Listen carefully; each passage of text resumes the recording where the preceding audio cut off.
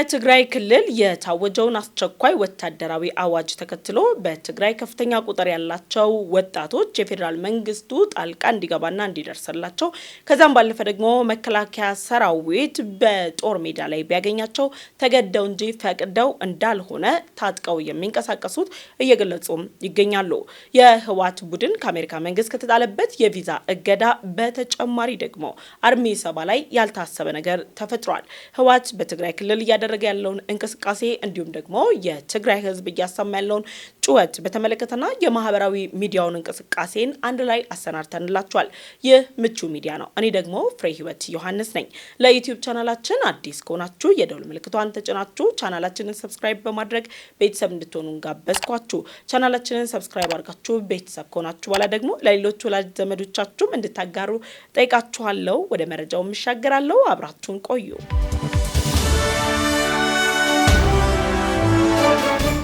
በትግራይ ክልል በህገወጥ መንገድ የጊዜያዊ አስተዳደሩን አፍርሶ ስልጣን የተቆጣጠረው የዶክተር ደብረጽዮን ቡድን ህወሓት አሁን ላይ ወጣቶችን በአስገዳጅ ሁኔታ ወደ ወታደራዊ ምልመላ እያቀላቀለ ጦርነት ለመጀመር ዝግጅት እያደረገ ይገኛል።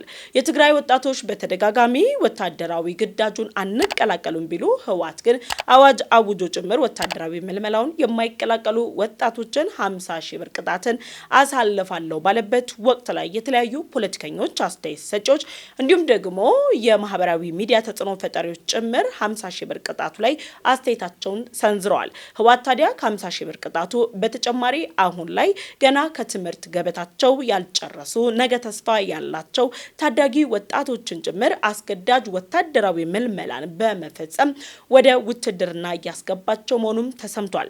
ከዚህ የህወሓት አስገዳጅ ወታደራዊ ምልመላ ጋርም ተያይዞ በትግራይ ክልል የሚገኙ ወጣቶች የፌዴራል መንግስቱ እንዲደርስላቸው ጥሪያቸውን እያቀረቡም ይገኛሉ።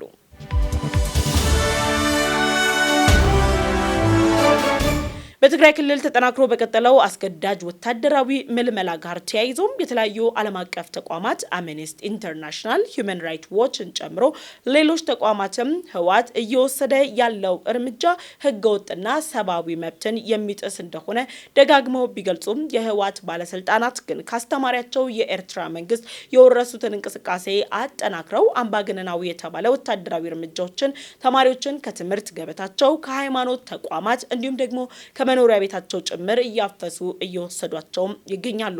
የትግራይ ወጣቶች ማምለጥ የቻሉ ከትግራይ ክልል ወጥተው ወደ ሌሎች አጎራባች ክልሎች ከዛም ባለፈ ደግሞ ወደ ዋና ከተማዋ አዲስ አበባም እየተመሙ ነው። ታዲያ ይህ ሁሉ እንቅስቃሴ በተጠናከረበት በዚህ ወቅት ላይ የህወሓት የፊት አመራር የሆኑት ሞንጆሪኖ ህወሓት የጀመረውን አስገዳጅ ወታደራዊ ምልመላን በተመለከተ ለቀረበላቸው ቃለመጠይቅ አስገዳጅ የተባለው ወታደራዊ ምልመላን አለማድረጋቸውን የትግራይ ህልውናን ለመታደግ ሁሉም የትግራይ ተወላጅ ርብርብ ሊያደርግ እንደሚገባና ህወሓት የሚታገለው ለትግራይ ህዝብ እንደሆነም ገልጸዋል። እውነታው ግን ከዚህ የራቀ ነው። የህወሓት ቡድን የትግራይ ክልል ወጣቶችን ለህወሓት ኃይል ከማሰማራት በተጨማሪም ደግሞ በሱዳን የእርስ በርስ ጦርነት ላይ አርሚ 7፣ አርሚ 15፣ አርሚ 42ን ጨምሮ ሌሎች ኃይሎች ላይ ጭምር ያቀላቀለ በሌሎች ሀገራት የጦር ሜዳዎች ላይ ጭምር ዋጋ እንዲከፍሉም እያደረጋቸው ይገኛል። በሱዳን በቀጠለው የእርስ በርስ ጦርነት ላይ ህወሓት አርሚ 7 በመጠቀም እያደረገ የሚገኘው የጦር እንቅስቃሴና የተሳተፈባቸው ያሉ ወታደራዊ ሁኔታዎች ላይም አሜሪካ ያልተጠበቀ ውሳኔን አሳልፋለች። አሜሪካ ከሱዳን የእርስ በርስ ጦርነት ጋር ተይዞ S-4720 ፒስ ፎር ሱዳን በሚል አዋጅ ላይ ባጸደቀችው ሁኔታ ላይ አርሚ 7 በሱዳን የእርስ በርስ ግጭት ውስጥ ጣልቃ የገባ ታጣቂ ኃይል በማለት ፈርጀዋለች። የአሜሪካ መንግስት ከፈረጃው ማግስት ላይ በህወሓት ጦር ላይም እርምጃ እንደሚወስድም ታውቋል። ይህ እርምጃ ታዲያ የህወሓትን የገንዘብ እንቅስቃሴ ወይም ደግሞ የኢኮኖሚ መሰረትንም የሚያናጋ እንደሆነም እየተነገረም ይገኛል። ባሳለፍነው ሳምንት የቪዛ እገዳ የጣለው የአሜሪካ መንግስት አሁን ላይ ደግሞ የፋይናንስ ምንጩን የሚያደርቅበት ከሆነ ህወሓት ለጦር መሳሪያ ግዢ እንዲሁም ደግሞ ለሌሎች አገልግሎቶች የሚያውላቸው የፋይናንስ ምንጮች እየደረቁበትም ይገኛሉ። ምንም እንኳን ህወሓት የፋይናንስ ምንጩን አጠናክሮ ጦርነቱን በበላይነት ለመምራት ያስችለኛል የሚል መተማመኑን የፈጠረው ከኤርትራና ከግብጽ መንግስት ጋር በፈጠረው የሁለትዮሽ ግንኙነት እንደሆነ ቢገልጽም የኤርትራ መንግስት ግን ባልተጠበቀ ሁኔታ የኢኮኖሚና የአገልግሎት ሁኔታው እየተዳከመ መምጣቱን የሚገልጹ የጥናት ጽሁፎችም ይፋ ሆነዋል። ዶክተር መሐመድ በቅርቡ ባጋሩት ጽሁፍ ላይ በኤርትራ የኢኮኖሚ መዳከም ብቻ ሳይሆን ዜጎች የጤና አገልግሎት ማግኘት የማይችሉባቸው፣ ለወታደራዊ አገልግሎቶች ከፍተኛ በጀት የሚደረግባቸውና ኤርትራ በሌሎች ሀገራት የውስጥ ጉዳይ ላይ ጭምር ጣልቃ እየገባች መሆኗንም ገልጸዋል። ታዲያ እየተዳከመ የመጣው የኤርትራ ኢኮኖሚን መነሻ አድርጎ ህወሓት የኢኮኖሚ ምንጩ ሊሆን የሚችለው የኤርትራ መንግስት ከዛም በተጨማሪ በሌሎች ሀገራት ያስቀመጣቸው የባንክ ሂሳቦች ሲሆኑ እነዚህ ላይ አሜሪካ እርምጃ የምትወስድ ከሆነ ሙሉ ለሙሉ ኢኮኖሚው እንደሚዳከምም ይታወቃል። የህወሓት ቡድን ታዲያ ኢኮኖሚውን ለማጠናከር ከሚወስደው እርምጃ መካከል በፌዴራል መንግስቱ እውቅና በብሔራዊ ባንክ ግዢ ወደ ሌሎች ሀገራት ኤክስፖርት የሚደረገው የወርቅ ማዕድንን በህገወጥ መንገድ በማዘዋወር ህወሓት ኢኮኖሚውን ለማጠናከር ለጦር መሳሪያ ግዢ የሚሆነውን የፋይናንስ ስርዓትንም ከፍ ለማድረግ ይንቀሳቀሳል። ታዲያ ህወሓት ራሱን በህገወጥ የማዕድን ንግድ ላይ አሰማርቶ ገቢዎችን እያገኘ ባለበት በዚህ ወቅት ላይም እጅግ አሳፋሪ ተግባር መፈጸሙንና የህወሓት ህገወጥ የሆነ ማዕድን እንቅስቃሴ በስተጀርባ ጀነራል ምግበ ኃይሌ እንዲሁም ደግሞ ሞንጆሪኖን ጨምሮ ሌሎች የህወሓት ባለስልጣናት ከኤርትራ ባለስልጣናት ጋር በጋራ በመሆን እየፈጸሙት መሆኑንም የቀድሞ የኢትዮጵያ ጠቅላይ ሚኒስትር መለስ ዜናዊ ልጅ የሆነችው ሰማሃል መለስ ዜናዊ ይፋ አድርጋለች።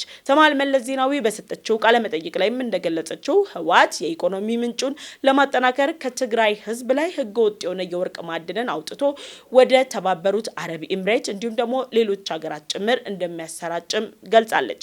ታዲያ እነዚህ ሁሉ እንቅስቃሴዎች በተጠናከሩበት በዚህ ወቅት ላይ ህወሓት ኢኮኖሚውን አፈረጥማለሁ ቢልም ኢኮኖሚው ግን በተለያዩ መንገዶች ኪሳራ ላይም እየወደቀ ይገኛል። ከነዚህ መካከልም ባሳለፍነው ሳምንት የተመለከትነው 400 ሚሊዮን ዶላር ይፋ አድርጎ አውጥቶ የድሮን መከላከያ መግዛቱ የሚታወስ ነው። ህወሓት የሚገዛቸው የተለያዩ ጦር መሳሪያዎች አዋጭነታቸው ብቻ ሳይሆን የመከላከልም ሆነ የማጥቃት አቅማቸው ጥያቄ ምልክት ውስጥም ገብቷል። በጥቅሉ ህወሓት በኢኮኖሚው በፖለቲካው በአጠቃላይ እንቅስቃሴው እየተዳከመ ነው። ምንም እንኳን ቢዳከምም ፈሪ በመጨረሻ ሊያደርግ የሚችለው ጉዳይ ቢኖር ህዝብ መጨረስ ነውና አሁን ላይ በትግራይ ክልል የሚገኙ ወጣቶችን፣ እናቶችን ካለፈው ቁስላቸው ሳይሽሩ ዳግም ወደ ጦርነት ለማስገባት በለቅሶ ሊቀጣቸው አስገዳጅ የተባሉ ወታደራዊ ምልመላዎችን እያደረገም ይገኛል።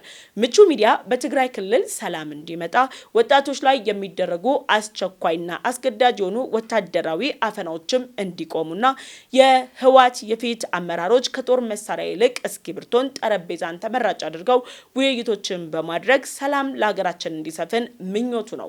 በትግራይ ክልል የተለያዩ በደሎች፣ ጭቆናዎች እየደረሰባቸው ከሚገኙ የትግራይ ወጣቶች ጎንም መላው ኢትዮጵያውያን በጋራ እንደምንቆምም ያረጋገጥንበት ወቅት ነው። የተለያዩ የሚዲያ እንቅስቃሴዎች በጀመሩበት ጊዜ ላይም ህወሓት የሚዲያ ትግሉን ለማቋረጥ እንቅስቃሴዎችን መጀመሩን የሚገልጹ መረጃዎችም እየወጡ ይገኛሉ።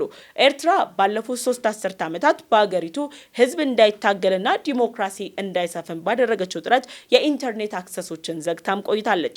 ታዲያ አሁን ላይ ኤርትራ ለህወሓት እያሳየች ያለችው ስትራቴጂካዊ የትግል አካሄድንም ተከትሎ ኢንተርኔት በትግራይ ክልል ሊቋረጥ ይችላል የሚሉ ግምቶችም ተቀምጠዋል። ናፍቃ ፕሬስን ጨምሮ ሌሎች የኤርትራ የሶሻል ሚዲያ አካላትም የህወሓት ቡድን ሊያደርግ የሚገባው ወሳኝ ነገር ኢንተርኔትን ማቋረጥ ነው የሚሉ ዘመቻዎችንም ከፍተዋል።